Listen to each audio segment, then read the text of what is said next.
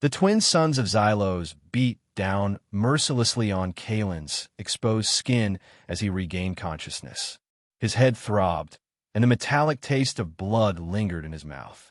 Disoriented and in pain, he tried to piece together how he'd ended up here.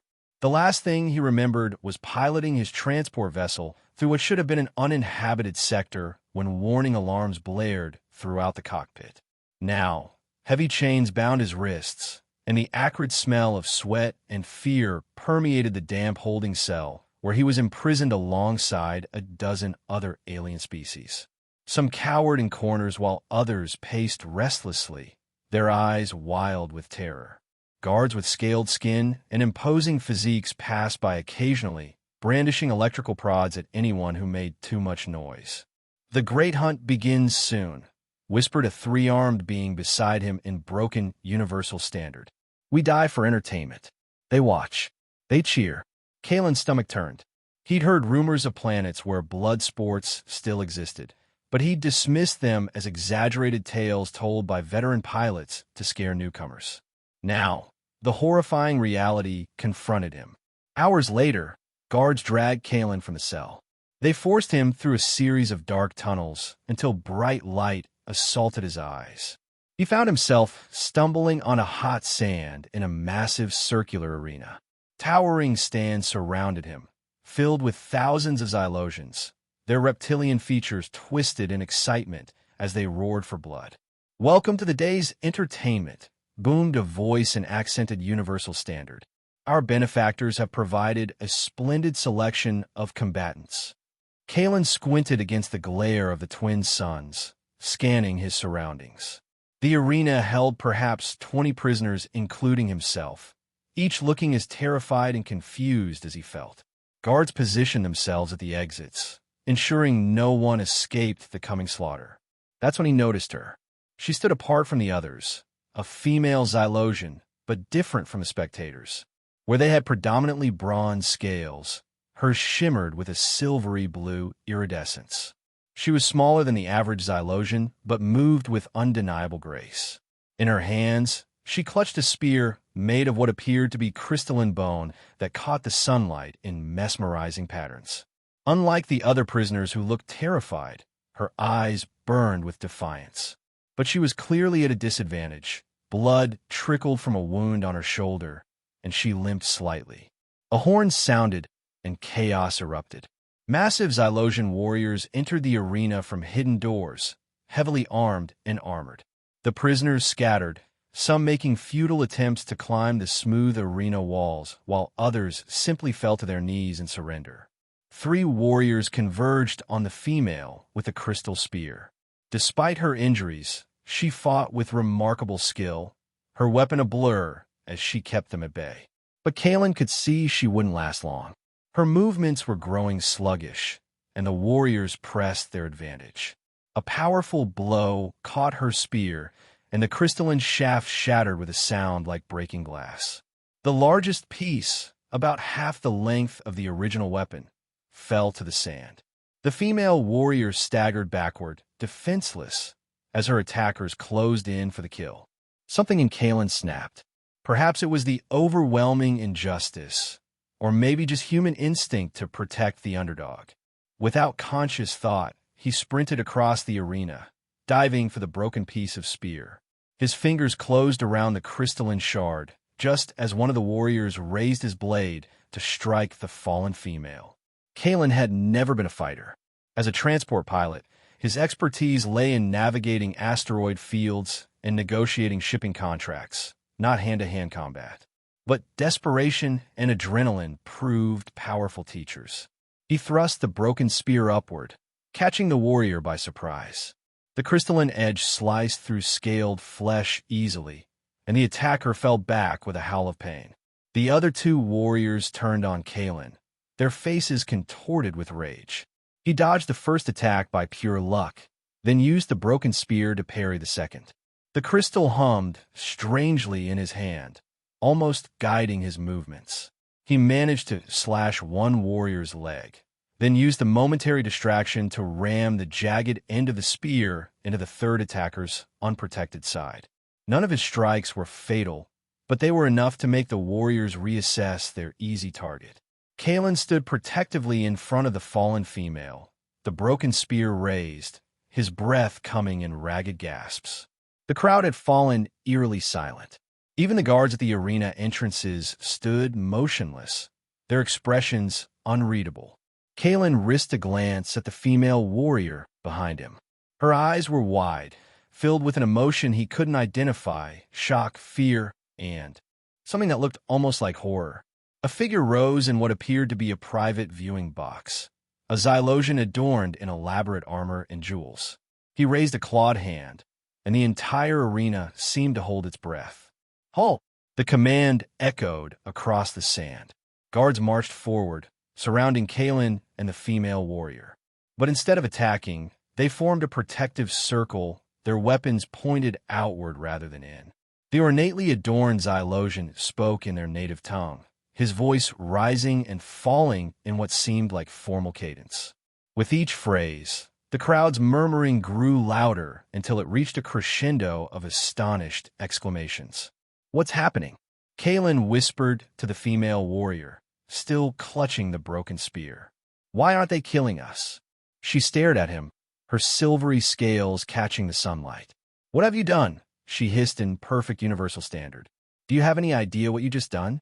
Before Kalen could respond, guards escorted them from the arena, not to an execution block, but through a series of increasingly ornate corridors until they reached a chamber that, while clearly designed as a prison, featured comfortable furnishings and clean water. The door sealed behind them with a heavy thud, leaving Kalen alone with the mysterious warrior whose broken spear he still held. "You should sit," she said finally, gesturing to a cushioned bench. "Your wounds need attention." Kalen hadn't even registered his injuries, a deep gash on his arm and several smaller cuts across his torso. He sank onto the bench, the adrenaline finally fading and leaving him shaky and disoriented. "I'm Kalen," he offered, watching as she tore strips from a provided cloth to bandage his arm. "Transport pilot from Earth."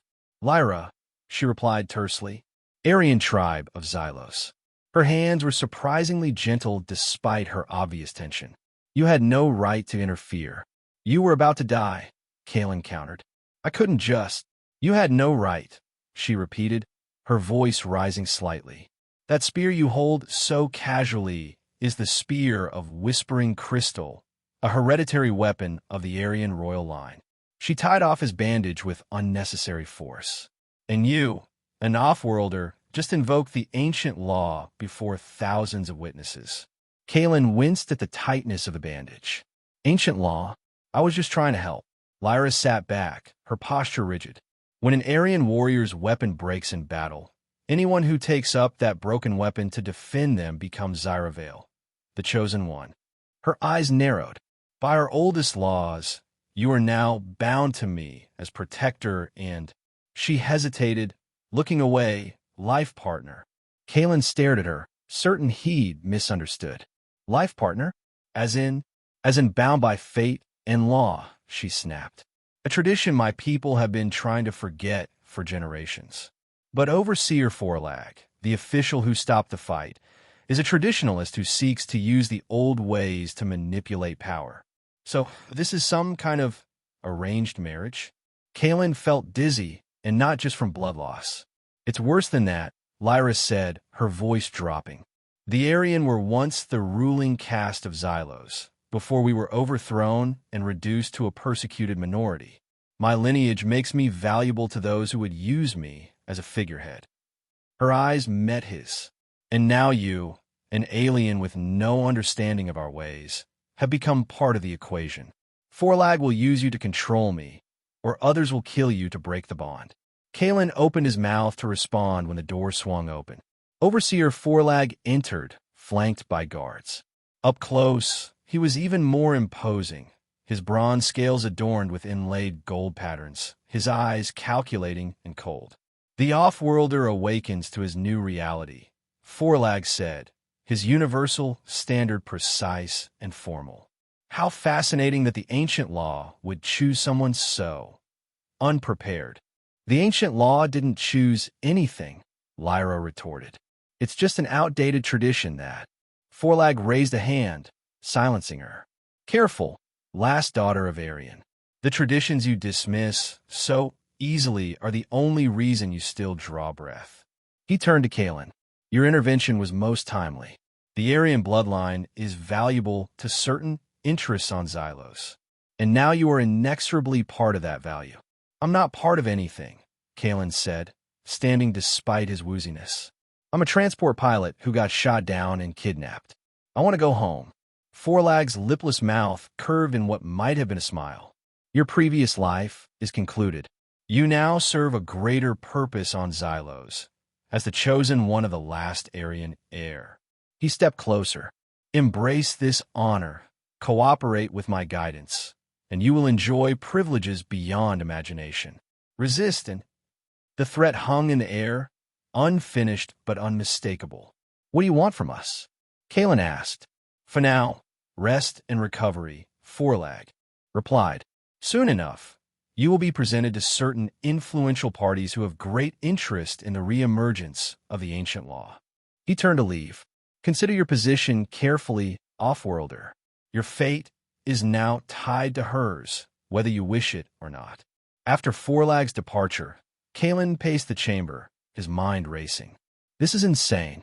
I need to get back to my ship, or what's left of it. Send a distress signal. Your ship is likely stripped for parts already, Lyra said, examining her own injuries. And Forlag won't let either of us leave this compound alive unless it serves its purposes. So we're just supposed to go along with this? Pretend I'm your chosen whatever. Chosen one, Lyra corrected coldly. And no, I have no more desire for this arrangement than you do. The ancient law has brought nothing but suffering to my people. She stood, moving to examine the chamber door. We need to escape. Escape to where? I don't even know what planet I'm on, let alone how to survive on it. I know Xylos, she replied, and I know places where Forlag's influence doesn't reach. She ran her fingers along the door seam. There will be a moment of opportunity. We must be ready. That moment came sooner than expected. During their third sleep cycle in captivity, alarms blared throughout the compound. The distinctive sound of energy weapons echoed down the corridors. Rival faction, Lyra explained, already on her feet. Forlag's enemies would rather kill us both than let him use us. The door to their chamber slid open as the facility's emergency protocols initiated.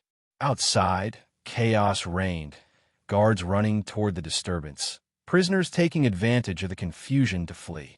Now, Lyra grabbed Kalen's arm, pulling him into the corridor.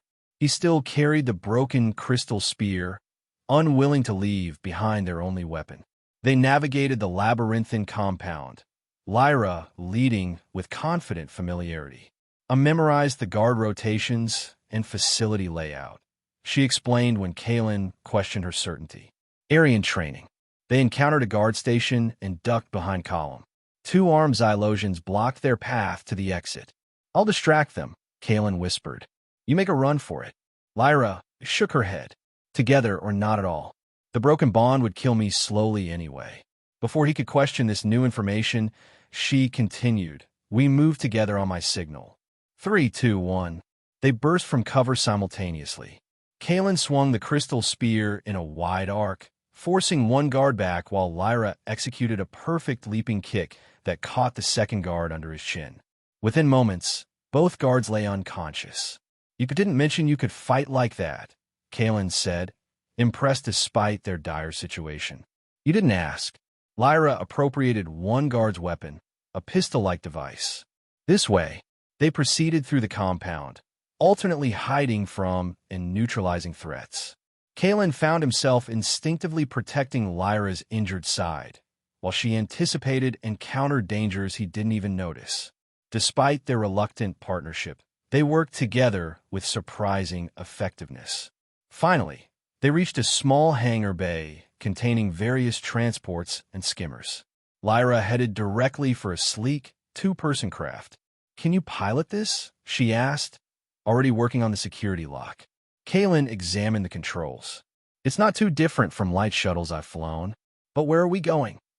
The Crystal Whisper Forest, Lyra replied, helping him into the pilot's seat. It's sacred to the Aryan and difficult to navigate without a guide. Forlag wouldn't dare follow us there directly. The skimmer came to life under Kalen's touch. The hangar doors were open due to the facility's emergency status, and they shot out into the alien night, leaving the sounds of conflict behind. The landscape of Xylos unfolded beneath them, harsh and beautiful in the light of 3 moons. Vast crystalline formations jutted from barren plains, while in the distance, Kalen could see what appeared to be a forest of translucent, glowing trees. Head northeast, Lyra instructed. Low altitude. They'll have pursuit craft launching soon. True to her prediction, alarms sounded from the skimmer's detection systems minutes later. 3 larger craft had emerged from the compound and were gaining rapidly. I can't outrun them in this, Kalen said, pushing the skimmer to its limits. You don't need to. Lyra pointed to a narrow ravine ahead. The Crystal Whisper Forest begins there. The minerals interfere with their targeting systems, but they'll mess with our controls too. Can you fly without instruments? Kalen grinned for the first time since his capture. Now that's something I actually know how to do. He plunged the skimmer into the ravine, feeling rather than seeing his way through the increasingly narrow passage. Behind them, one pursuit craft attempted to follow and immediately scraped against the crystal walls, erupting in flames. The others pulled up, unwilling to risk the same fate. The ravine opened into a breathtaking vista, a forest of crystalline trees that hummed with an ethereal resonance. The broken spear in Kalen's lap vibrated in harmony with the forest song. Find a clearing, Lyra instructed. We need to land before the interference becomes too strong. Kalen spotted a small opening among the crystal formations and set the skimmer down with expert precision. As the engines powered down, the profound silence of the forest enveloped them, broken only by the distant humming of the crystal trees. We should be safe for now, Lyra said, climbing out of the craft. But we'll need to move on foot from here. The skimmer's energy signature is too easy to track. And go where exactly? Kalen asked, retrieving the broken spear and following her into the alien forest. What's the plan beyond not dying? Lyra's expression hardened. First, survival. Then, finding others in my tribe who oppose Forlag. After that, she paused. I don't know. The ancient law has never been invoked with an off-worlder before. The crystal forest grew more dense as they traveled deeper. Bioluminescent flora cast an eerie blue glow across their path, while strange, translucent creatures occasionally scurried away from their approach. The twin suns of Xylos barely penetrated the canopy of crystal branches, creating a perpetual twilight. We need water and food, Lyra said after they had walked for several hours. There's a spring ahead that's safe to drink from. As for food, she gestured to small, glowing orbs growing on some of the trees. Crystal fruit, bitter but nutritious. Kalen's survival training was minimal, limited to emergency protocols for stranded pilots. Here, he was entirely dependent on Lyra's knowledge.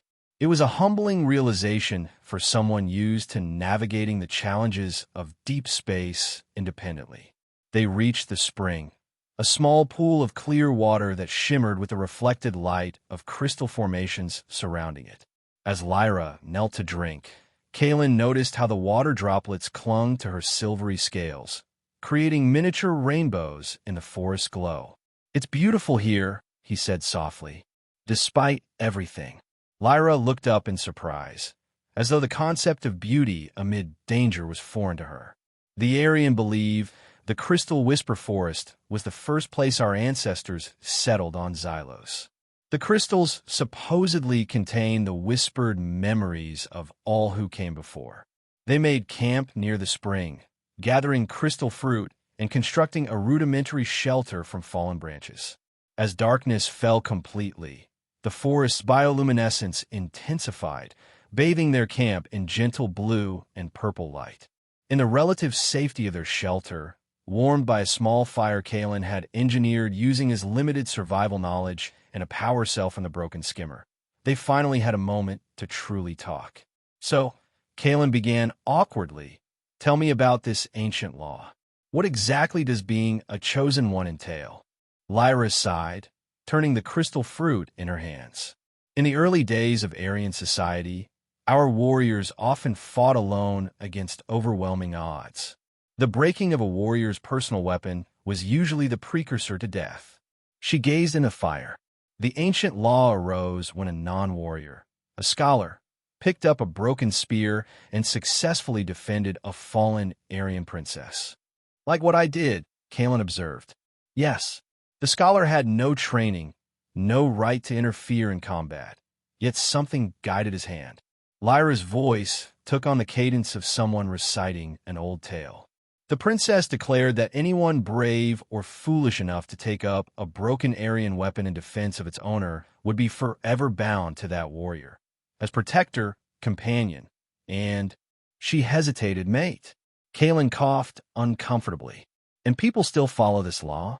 After how many centuries?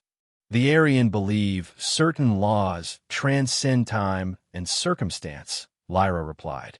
When you picked up my broken spear, thousands witnessed the invocation of the ancient law. Among my people, it created a bond that cannot be severed except by death. Her eyes met his across the fire.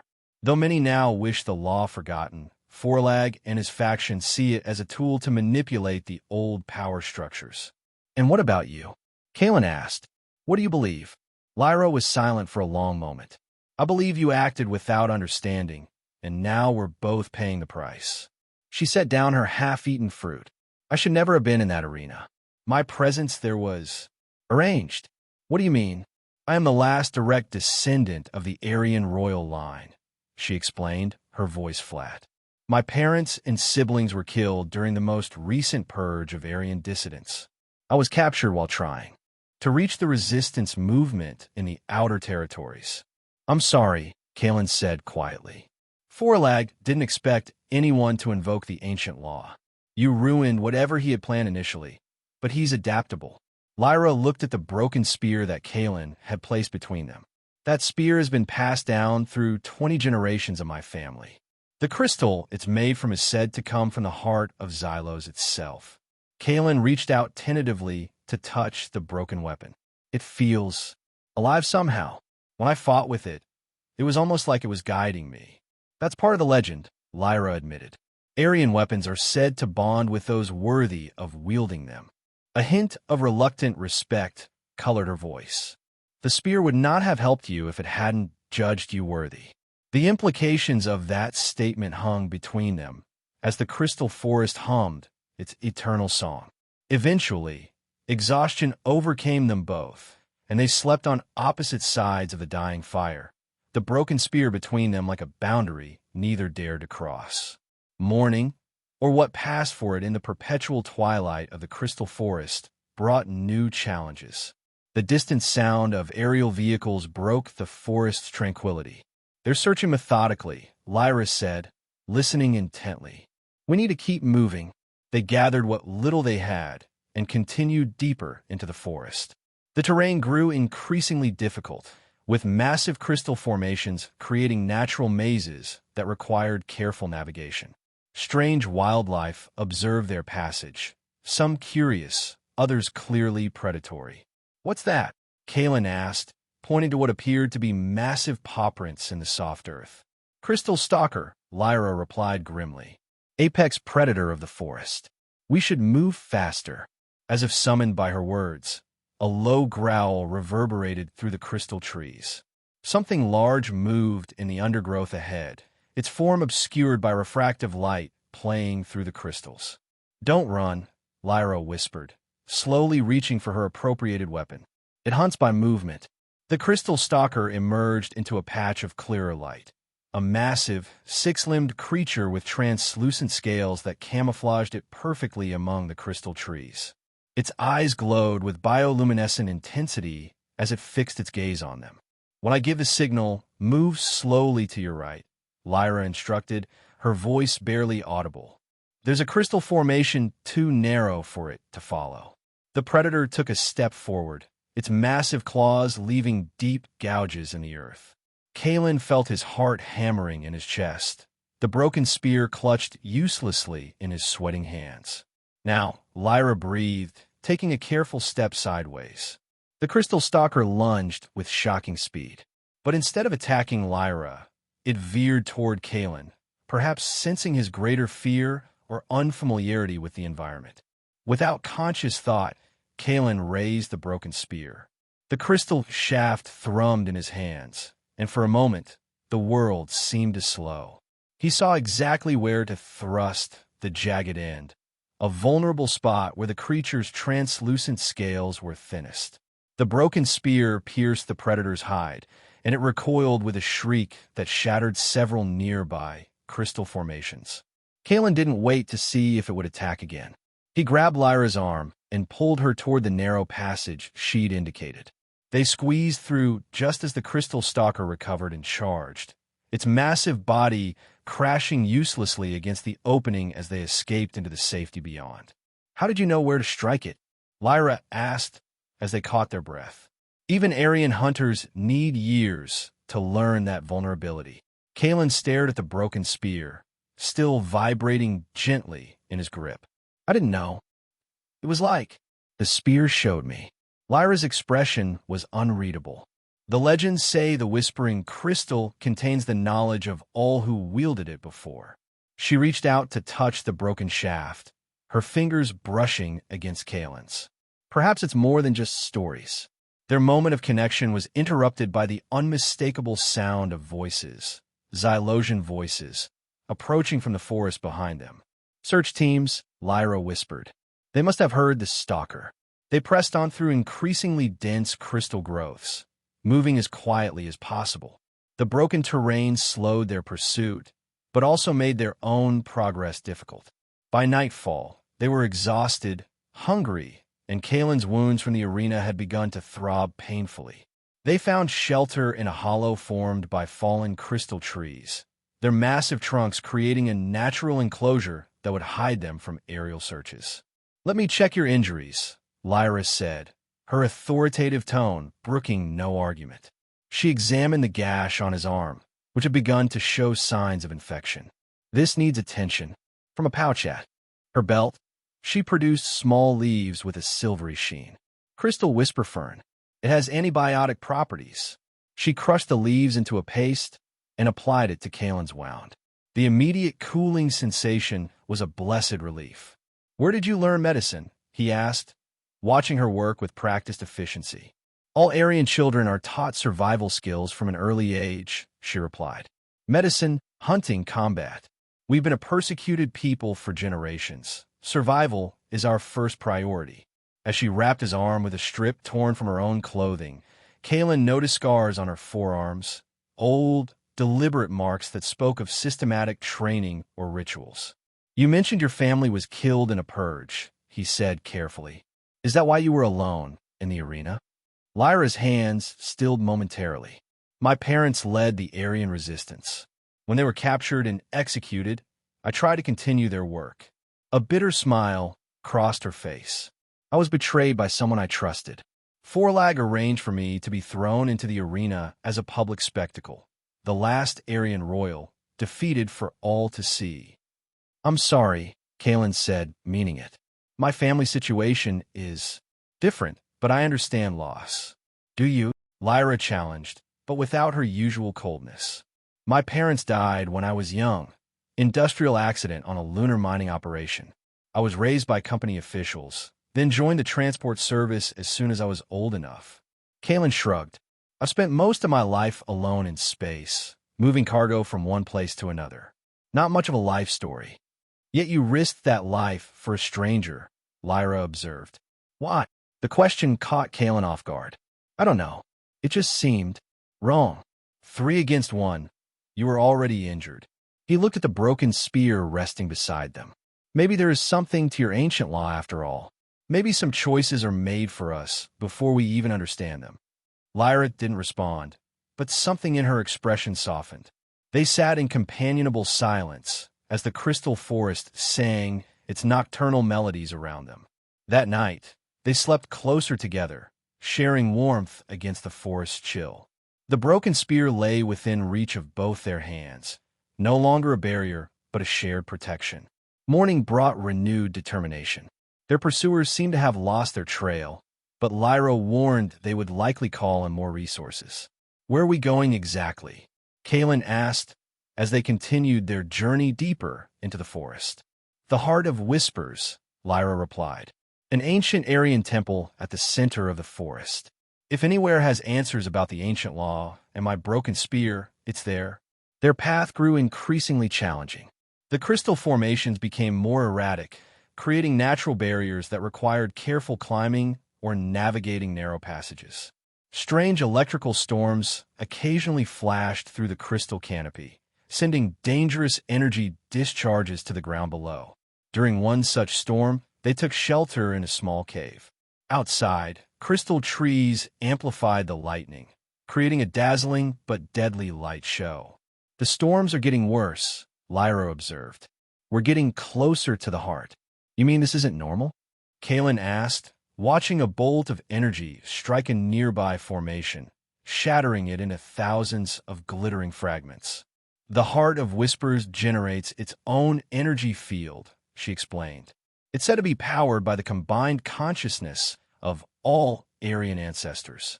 As they waited out the storm, Lyra shared more about her people's history. Their original role as guardians of Xylos's natural resources, their eventual overthrow by industrial factions that saw the planet's crystals as commodities rather than sacred entities, and the generations of resistance and persecution that followed. The Crystal Whisper Forest is one of the last places the Aryan influence remains strong, she explained. The crystals disrupt technology and disorient those not attuned to their energy. Only those with Aryan blood, or guided by someone with Aryan blood, can safely reach the heart. "And what happens when we get there?" Kaelin asked. Lyra's expression grew distant. "I don't know exactly. The temple is said to respond differently to each visitor, showing them what they need rather than what they want." She looked at the broken spear. "But if there's any way to understand, or perhaps even break the bond of the ancient law without harm, it would be there." The storm finally passed, allowing them to continue their journey. As they progressed, Kaelin noticed subtle changes in the forest. The crystal trees grew taller, their resonance deeper and more complex. The wildlife became stranger and more ethereal, creatures that seemed to phase between solid form and pure light. "We're getting close," Lyra confirmed. "The boundary between physical and spiritual grows thinner near the heart." They crested a rise and stopped in awe. Before them lay a vast circular clearing dominated by a structure that defied conventional architecture. The Heart of Whispers appeared to be a temple constructed entirely of interlocking crystal formations that spiraled upward, catching and refracting light in hypnotic patterns. At its center, a column of pure energy pulsed rhythmically, sending waves of illumination through the crystal structures. "It's beautiful," Kaelin whispered. "And dangerous," added a new voice behind them. They spun to find themselves surrounded by armed figures. Unlike the bronze-scaled majority of Xylos, these individuals had the same silvery blue iridescence as Lyra Arions. Their weapons were similar to Lyra's broken spear, though intact and humming with energy. "Lyra, daughter of Talon," said the apparent leader, a female with elaborate scale patterns that suggested great age. "We wondered if you would find your way here." "Elder Sharana," Lyra responded, bowing her head slightly. "I seek the wisdom of the heart." The elder's gaze shifted to Kaelin, then to the broken spear he carried. "So the rumors from the city are true. An off-worlder has invoked the ancient law." Her expression was unreadable. "Does he understand what he has done?" "No," Lyra answered honestly. "Neither of us chose this path. Yet here you both stand," Elder Sharana observed, "at the threshold of the heart, bearing the royal spear, broken but not forsaken." She made a gesture to her companions, who lowered their weapons. "The temple awaits, but I must warn you. Overseer Fourlag follows close behind, with forces greater than we can repel." "How'd he find us?" Kaelin asked. "The bond between you leaves an energy signature those with the right technology can track," the elder explained. "The forest's interference has slowed them, but they will arrive by nightfall." Elder Sharana led them into the clearing toward the crystal temple. As they approached, Kalen felt the broken spear vibrating more intensely in his hands, resonating with the energy emanating from the heart. "What exactly are we hoping to find here?" he asked Lyra quietly. "Answers," she replied, "and perhaps a way forward that doesn't end with both of us dead or used as puppets in Forlag's political games." The entrance to the temple was a narrow aperture that seemed to shift and realign itself as they approached. Elder Sharana stopped at the threshold. "I cannot accompany you further," she said. "The heart speaks differently to each who enters. But know this, Forlag seeks not just control of the Aryan bloodline, but access to the power source at the heart of Whispers. He believes the ancient law will give him that access through you, Lyra." "And will it?" Lyra asked, a tremor in her voice betraying her uncertainty. "That depends on the true nature of the bond you share with the Offworlder," Elder Sharana replied cryptically. "The ancient law is not what most believe it to be." She stepped back. "We will delay Forlag's forces as long as possible. The rest is up to you." With those parting words, she rejoined her companions, who began setting up defensive positions around the clearing. Kalen and Lyra faced the shifting entrance to the temple. "Ready?" he asked. Lyra took a deep breath. "No, but we have no choice." She extended her hand, and after a moment's hesitation, Kalen took it. The broken spear in his other hand pulsed with light as they stepped together into the heart of Whispers. Inside, the temple defied conventional space. Crystal pathways spiraled in impossible directions, and chambers opened into vistas that couldn't possibly fit within the external dimensions they'd observed. The air itself seemed alive with whispers, countless voices speaking in an ancient Aryan dialect that Kalen couldn't understand but somehow felt familiar. Light flowed like liquid through transparent walls, casting prismatic patterns that shifted with their movements. "The voices," Kalen whispered. "I can almost understand them. They're the ancestors," Lyra explained, her own voice hushed with reverence. "Every Aryan who has joined with the heart adds their consciousness to its collective wisdom." She looked at him curiously. "You shouldn't be able to hear them at all as an off-worlder."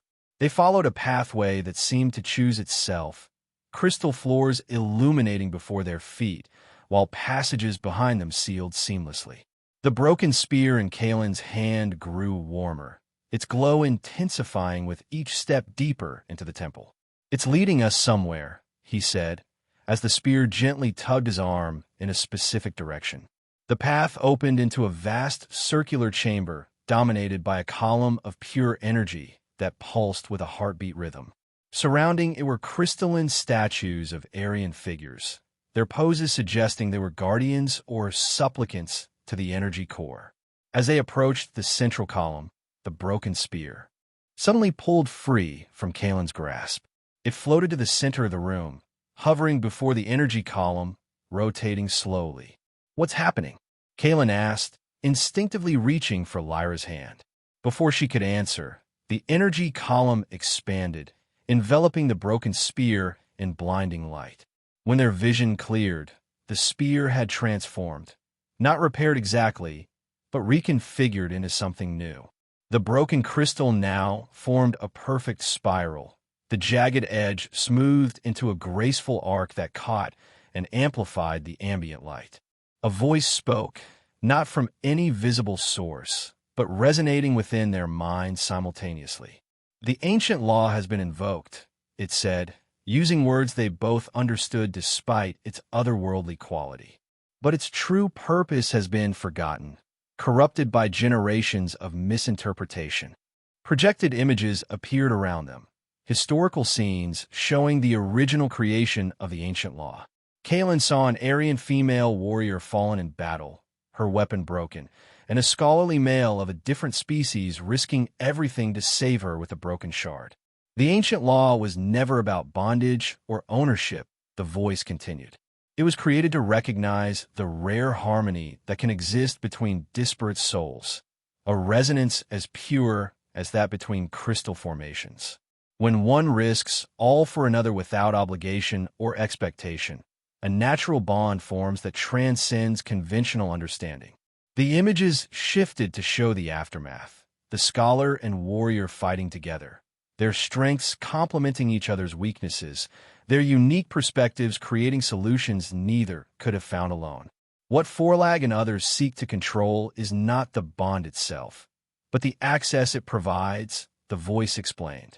When two souls truly resonate in harmony, they can together channel the power of the heart, something neither could do alone. Is that why Forlag wants us? Lyra asked. To access the heart's power? Yes, the voice replied. The energy at the heart of Whispers could transform Xylos, heal the environmental damage caused by crystal mining, or be weaponized to devastating effect. Forlag seeks the latter. How do we stop him? Kalen asked. That depends on the true nature of your bond, the voice replied. The ancient law cannot be enforced or falsified. It merely recognizes what already exists, or doesn't. The transformed spear floated toward them, hovering between Kalen and Lyra. Touch it together, the voice instructed, and the truth will be revealed. They exchanged uncertain glances. What if there is no real bond? Lyra asked quietly. What if it was just random chance? Kalen considered this. Does it matter? We're here now, together. He offered his free hand to her. Whatever happens, we face it as equals, not because of some ancient law, but because we choose to. Something shifted in Lyra's expression, the last of her defensive walls crumbling. She took his offered hand, and together they reached for the floating spear. The moment their fingers touched the transformed crystal, a surge of energy flowed through them both. Kalen gasped as his consciousness expanded. He could suddenly sense Lyra's presence not just physically, but mentally, feeling her courage, her fear, her carefully guarded hope. From her widened eyes, he knew she was experiencing the same connection to him. The voice spoke again. The resonance is genuine, if newly formed. A true bond under the ancient law, freely given and accepted. The energy column pulsed brighter. But beware, Forlag approaches with forces willing to destroy everything to claim the heart's power. As if summoned by these words, a distant explosion shook the temple. The defensive line of Aryan protectors had been breached. We need to stop him, Lyra said, her resolve strengthened by their shared connection. But how? The transformed spear, still hovering before them, suddenly split into twin weapons. Two perfectly formed spiral spears of crystal, smaller than the original but identical to each other. The ancient law grants access to the heart's power when wielded by souls in true resonance, the voice explained. What you do with that power is your choice, your shared burden and responsibility. They each took one of the twin spears. As Kalen's fingers closed around the crystalline shaft, he felt a rush of intuitive knowledge, how to wield it, how to channel the energy flowing through it. From Lyra's expression, he knew she felt the same. Forlag can't be allowed to weaponize this power, Lyra said with determination. We have to stop him. Another explosion rocked the temple, closer this time. The voice began to fade as the energy column stabilized. The choice is yours, it said, growing fainter. Remember, the true power of the ancient law lies not in domination, but in harmony, not in what is taken, but in what is freely given. The voice disappeared as the chamber's entrance shattered. Overseer Forlag stood framed in the doorway, flanked by heavily armed troops. His eyes widened at the sight of Kalen and Lyra holding the twin crystal spears, then narrowed with calculated greed. The ancient law has indeed blessed us, he announced, stepping forward. His formal manner had given way to naked ambition. The heart of Whispers will finally serve a greater purpose than hiding in this forest. You mean it will serve you? Lyra retorted, her stance shifting subtly to a defensive position. I mean it will restore Xylos to its rightful place in the galactic order, Forlag replied. With its power, we will no longer be a forgotten outpost, but a force that commands respect. He extended a clawed hand. Give me the spears, and you both shall have honored places in the new order. And if we refuse? Kalen asked, already knowing the answer. Forlag's lipless mouth curved in a cold smile. Then you die here, and I take them anyway. The ancient law has served its purpose by granting you access. Your continued existence is now optional. Kalen felt Lyra's determination through their newfound connection. There would be no surrender. Stand aside. Forlag commanded his troops. I will handle this myself. He drew an elaborate weapon that hummed with artificial energy, a technological perversion of the crystal weapons the Aryan favored. The troops formed a semicircle, blocking the only exit but leaving space for Forlag to approach. His confidence was absolute as he advanced, his weapon raised. Together, Lyra whispered to Kalen, a plan forming between them through their connection without needing words.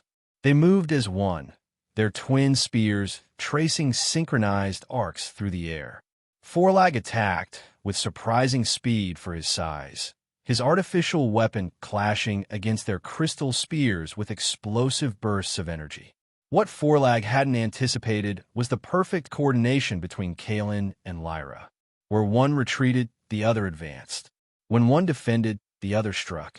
Their movements flowed together like a single organism with two bodies, the resonance between them amplifying their individual strengths. Forlag grew increasingly frustrated as his powerful but predictable attacks met with coordinated defense.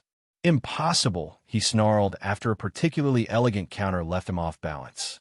No bond forms this quickly. You never understood the ancient law, Lyra replied, spinning away from his attack while Kalen moved in for a strike. It's not about force or control, it's about harmony. As they fought, Kalen realized the twin spears were drawing energy from the central column, each successful synchronization between him and Lyra creating a surge of power. The crystal weapons began to glow brighter, humming with accumulated energy.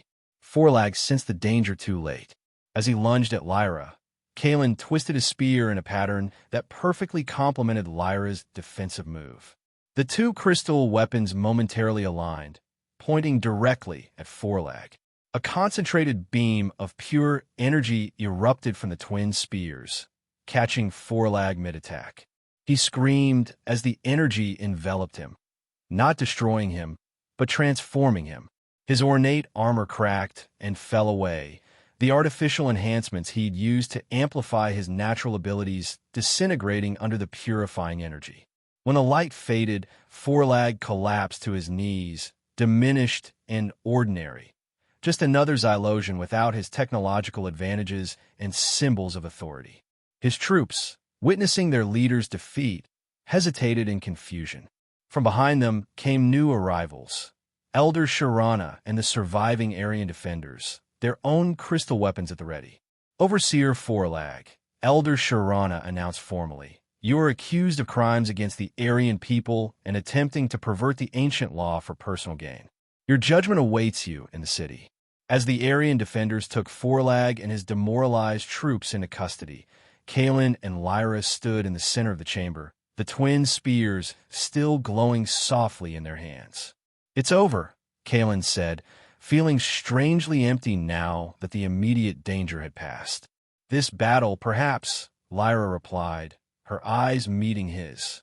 But Forlag represents a faction that won't easily surrender their ambitions. Elder Sharana approached them, bowing respectfully. What you have done today will become part of our history, she said. You have demonstrated the true meaning of the ancient law in a way that cannot be denied or corrupted. What happens now? Kalen asked. To the heart, to the Aryan, to us. The Heart of Whispers has chosen you both as its guardians, Elder Sharana replied. Something that has not happened in 20 generations. It is a sacred responsibility, but also a choice. Lyra looked at Kalen, their newfound connection allowing her to sense his conflict. You have a life elsewhere, she said. Softly. A home among the stars. Had, Kalen corrected gently. My life was empty, moving cargo from one place to another. No connections, no purpose. He looked at the crystal spear in his hand, then at the chamber around them. I found something here I never knew I was missing. The resonance between you is genuine, Elder Sharana observed. But it need not chain you. The ancient law recognizes harmony, not captivity. She gestured to the twin spears. These are now part of you both, whether you stay together or choose separate paths. Kalen felt the truth of her words. The connection he shared with Lyra wasn't a prison. It was a bridge between two worlds, two perspectives, two lives that somehow complemented each other perfectly.